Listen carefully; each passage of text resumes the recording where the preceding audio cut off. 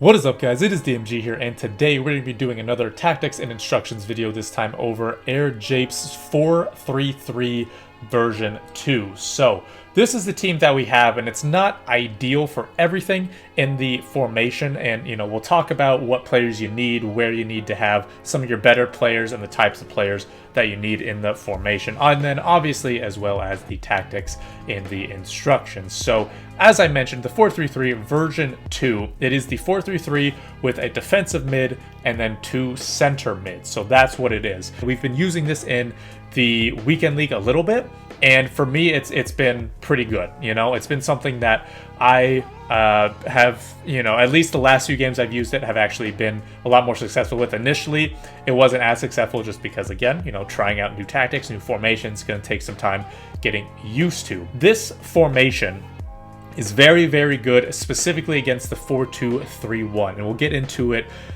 later as to why it is. So if you really want to beat those meta formations, this could be one to use. So for the defensive style, we have pressure on heavy touch. If you are maybe not the best at defending, you could go balanced, so then you don't have everyone running forward, because if you do have pressure on heavy touch, obviously that's going to have a lot of people running forward, trying to press, and then again, if you're not great at defending, if you can't read certain passes and where they're going to go and intercept those passes, then your opponent could really break you down easily and then just counter you very easily. So again, it could be on balance, it could be a pressure on heavy touch. Again, it just depends on what how good you are defensively and how comfortable you are defensively.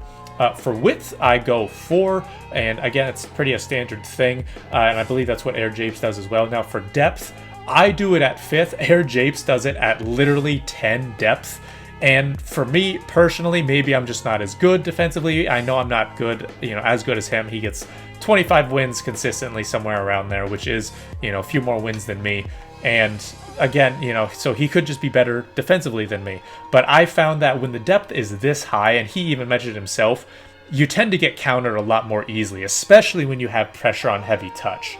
So what I do is I drop it down to 5. If you go balanced, you could probably get away with higher depth, because not all of your players are running forward trying to, trying to intercept and press.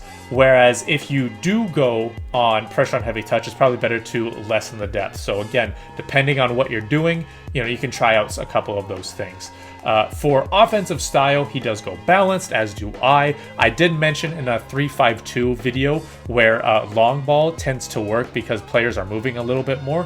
However, I've noticed with balance, yes, they are stagnant a little bit, but for me, I tend to do a lot of, 1-2, send them on runs. And I feel as though if you can do that, if you are able to actually send them on runs more often, then balanced is good enough to use. Otherwise, if you don't make a lot of runs yourself, then probably long ball is the way to go.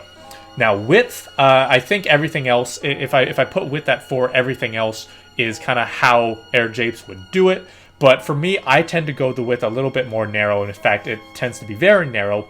The reason being is because the left and right wingers, they're always super far out wide when it comes to a 4-3-3. So what I want to do is bring them in a little bit more narrow. With these super wide players, I want them to be coming inside, because I always feel as though they're isolated in a 4-3-3. So again, I want them to be a little bit more narrow. Plus, along with that, we only have one striker. So, if there were 2 strikers, that'd be one thing. But because there's only one, there's not going to be a whole lot of people getting jumbled up in that central attacking area. For players in the box, just for people getting runs, I've liked it a lot more when it's on 6 or 7 recently. I did used to do 4, but with 6 or 7 more players in the box, I found that's a lot better. Corners, free kicks, that's just something that you guys can do for yourself, and just however you want to do it. Moving on to the actual instructions, and along with this, we'll explain who you want in the certain positions. So starting at center back and left and right back, you don't really need to do anything here. It's just going to be the default settings. Now, when it comes to the types of players, I've mentioned before for left and right backs and other formations that I really like it when they're all around very good, like Florenzi, who can shoot the ball and who can pass the ball when they're in that situation. Now, in this formation, you don't really need them to do that. I'm not saying that they shouldn't be good on the ball or shouldn't be good at passing, because they do, get on the ball a decent amount and they do pass the ball a decent amount. But, you know, if they're not good at shooting, like the majority of left backs and right backs are not good at shooting, then that's fine, right? You can still use them. So Sandro, for example, that's fine. He's obviously not great at shooting. I can still use him in this case. Moving on to the midfield, and this is where it gets really, really good against the 4-2-3-1, is this defensive mid specifically. We have him on stay back while attacking, cover center, and man mark. The reason why this works really well against the 4-2-3-1 is because this defensive mid really marks that center attacking mid, and that brings out a lot of trouble for your opposition. It makes it so that central playmaker, who's usually, you know, the Neymars or the Mbappes, those really, really good players, it makes it so that your defensive mid is always marking them, and it's always going to be around that spot. So while if they do happen to get a pass, your defensive mid's going to be on them immediately. So again, that's why we also have it on man mark. Get away with Conte just because he's so good, but those smaller players who maybe aren't as good, you know, the 82s, 83s, who are 5'8", 5'9", probably not going to be the best case scenario. So Delaney being 6 foot, a little bit more physical, I think is going to be good. Moving on to the center mids, we have them just on literally balanced everything besides the defensive position. Now, Japes has them on cover wing. I personally have them on cover center just because they add a little bit more defensive stability. In that case, I've never really liked them when they go out to the wing. I've always liked them when they're cover center because, again, you know, it adds a little bit more defensive stability. Because, again, when your defensive mid is on man mark and that center attacking mid maybe roams a little bit, you know, let's say that center attack mid drags them out of the position, that central area is going to be completely wide open for a defensive mid for your opposition to kind of roam into, or maybe the left or right attacking mid to come more centrally, or the striker to come up. So again, I think it's better to have your center mids on cover center. The reason being is because they add that defensive stability. If your defensive mid gets dragged out somewhere, one of the center mids can fill that space, or you could bring that center mid to fill that space, and they're just going to be closer than if they were on cover wing. So for the types of players, they need to be some of the best in the game and pretty much good at everything. So obviously the top tier players like Hullet and Bollock, those types of players are going to be absolutely insane, and that's going to be perfect for this situation. So Paulinho is actually pretty good. However, his dribbling's actually not that great.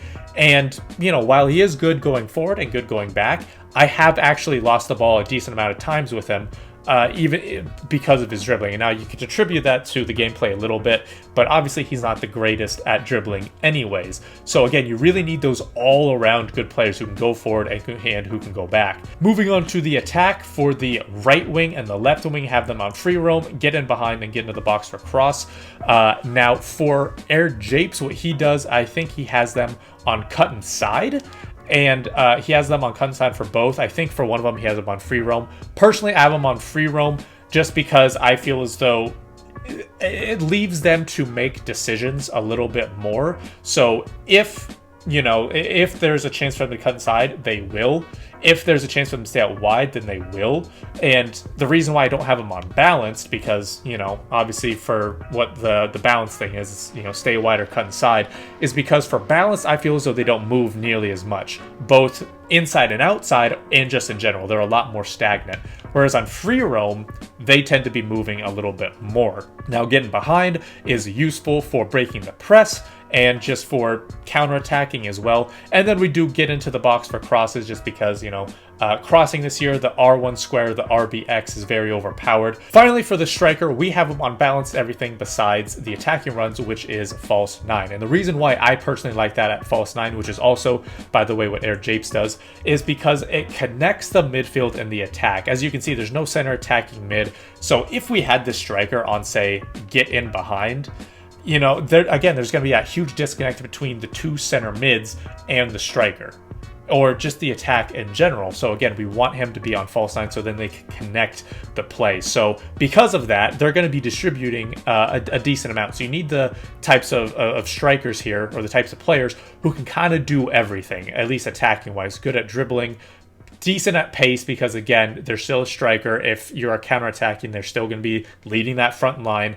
And then good at shooting, good at passing as well. So in terms of the most important positions on the field, I would say it's going to be the striker and then the 2 center mids. The reason why those three guys specifically are the most important, in my opinion, is because they will be not necessarily leading the attack, but they're going to be involved in the attack a lot. Again, Felipe Anderson, that striker who's on false 9, he's going to drop in a little bit and then he's going to distribute. If not, he can just keep playing 1-2s to the winger. So again, he's going to be, involved in the attack a lot. The center mids, they're going to be pushing forward. They're going to be getting into the box. Again, we don't have them on stay back. We have them on balance. They're going to be getting forward. So there's going to be that little triangle between the striker and your 2 center mids. So they have to be good at everything. As I mentioned, Paulinho isn't that great at dribbling. And yes, the gameplay's not good, but the dribbling for Paulinho isn't that good either. So, when I'm trying to do these 1-2s, when I'm trying to do these quick turns, he actually loses the ball quite a bit, or I just lose an opportunity because he doesn't turn quick enough. Now, that's not to say that other positions aren't important as well. Again, you need that defensive mid who's kind of bigger, a little bit more physical, unless you have someone like Conte. Your wingers, they need to be, pretty good at shooting because they still get into positions to shoot. Again, same thing for passing. But in terms of, again, the most important positions, the strikers, the 2 center mids, those guys are going to be, having a lot of play in the middle, and then, distributing, and then obviously with the center mids, defending as well. So again, invest a lot of your coins if you are going to do this formation. Invest a lot of your coins in those 3 spots. So that is going to do it for this video, guys. If you do have any questions, let me know and I'll try to answer them for you. But like I said, that's going to be it. Thank you guys so much for watching. This has been DMG. Peace.